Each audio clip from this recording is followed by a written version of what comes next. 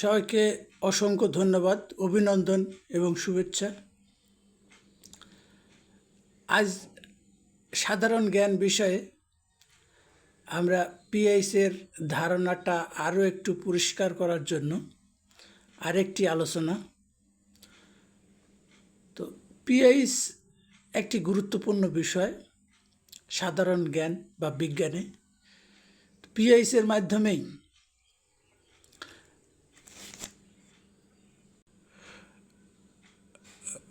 মানুষের রক্ত পরীক্ষা করে পিএইচের মানের উপর নির্ভর করে ডায়াবেটিক্স আছে কি না। এছাড়া মাটির গুণাগুণ পরীক্ষা করার জন্য পিএইচ মাধ্যমে নির্ধারণ করা হয় এবং সেই মাটি ক্ষারীয় না অম্লীয় নির্ধারণ করে সেই অনুসারে মাটিতে সার প্রয়োগ করা হয়।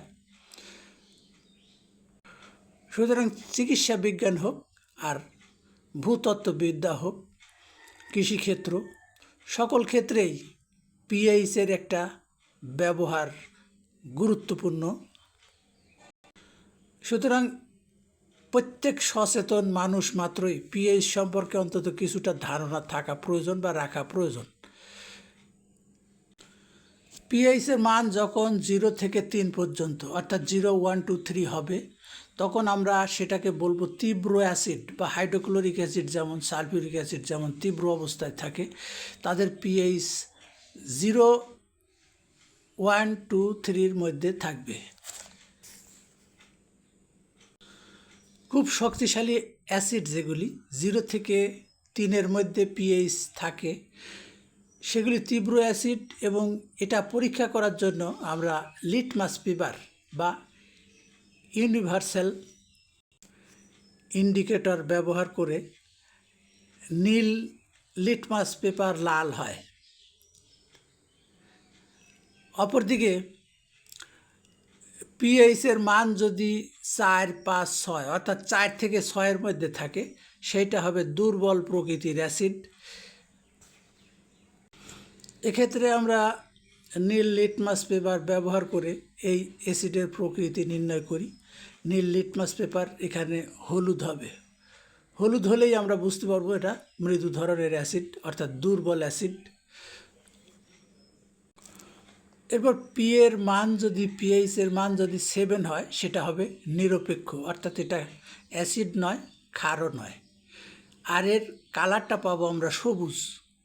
এই নিরপেক্ষ অর্থাৎ মানুষের রক্ত পরিমাপের ক্ষেত্রে যদি 7 বা তার কাছাকাছি হয়, তাহলে আমরা ধরে নেব তার ডায়াবেটিস নেই। রক্তের ক্ষেত্রে এটা সকল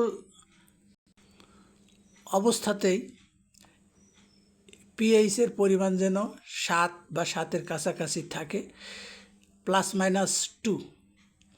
এটাই হলো ডায়াবেটিক্সের পরীক্ষা। এখন পিএইচের মান যদি 0-র কাছাকাছি আসে তখনও বিপজ্জনক, আবার 7, 8, 9, 10-এর উপরে গেলে সেটাও বিপজ্জনক। সুতরাং আমরা সবসময়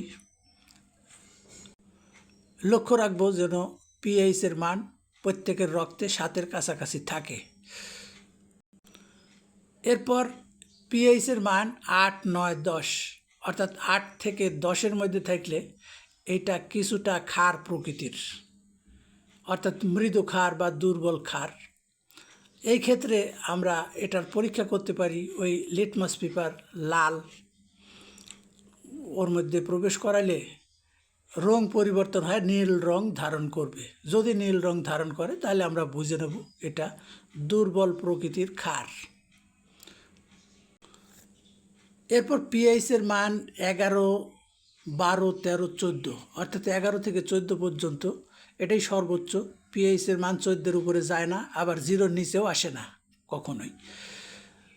তো এইটা তীব্র ক্ষার এবং এটা পরীক্ষার জন্য আমরা নীল লিটমাস পেপার বেগুনি কালার পাবো। আমরা এখানে একটা প্রশ্ন, বিশুদ্ধ পানির পিএইচের মান কত? ক খ গ ঘ প্রশ্ন দেওয়া আছে, তা আমরা জানি বিশুদ্ধ পানি নিরপেক্ষ, অর্থাৎ এর পিএইচের মান হবে 7, অর্থাৎ সঠিক উত্তরটা হচ্ছে ঘ। ব্যাখ্যা এখানে বলা যায় বিশুদ্ধ পানি যেহেতু নিরপেক্ষ দ্রাবক এবং 1 লিটার বিশুদ্ধ পানিতে হাইড্রোজেন আয়নের পরিমাণ 10⁻⁻7 মোল। সুতরাং বিশুদ্ধ পানির পিএইচ হবে, তা আমরা পিএইচের যে সমীকরণটা জানি, পিএইচ = লগ হাইড্রোজেন আয়ন। এটা উচ্চতর একটু গণিতের বিষয়, যাদের গণিত সম্পর্কে ধারণা আছে তারা সহজেই বুঝতে পারবে।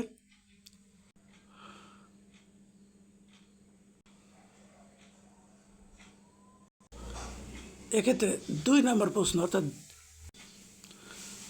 দ্বিতীয় প্রশ্নটি হচ্ছে পিএইচ নির্ণয়ের সমীকরণ কোনটি? তো আমরা জানি পিএইচ নির্ণয়ের সমীকরণ পিএইচ = লগ হাইড্রোজেন আয়ন ঘনমাত্রা। এক্ষেত্রে সঠিক উত্তর খ। আমরা যে সকল খাদ্য গ্রহণ করি মৃদু অ্যাসিডযুক্ত, এবং এই খাবারগুলি যেমন দুধের মধ্যে থাকে ল্যাকটিক অ্যাসিড, এবং পিএইচের পরিমাণ থাকে 4 থেকে 6-এর মধ্যে। যেমন কোমল পানীয় আমরা যেটা পান করি, অর্থাৎ পেপসি কোলা, 7 আপ, এগুলির মধ্যে থাকে কার্বনিক অ্যাসিড। কমলায় থাকে বা লেবুতে থাকে সাইট্রিক অ্যাসিড, তেঁতুলে টার্টারিক অ্যাসিড, চাতে থাকে ট্যানিক অ্যাসিড, গাজর, আপেল, টমেটো এতে ফর্মিক অ্যাসিড থাকে। এবং এই সকল খাদ্য অ্যাসিড যার পিএইচ মান 4 থেকে 6-এর মধ্যেই থাকে, অর্থাৎ এটা খুব দুর্বল প্রকৃতির অ্যাসিড বা মৃদু অ্যাসিড। সবাইকে অসংখ্য ধন্যবাদ।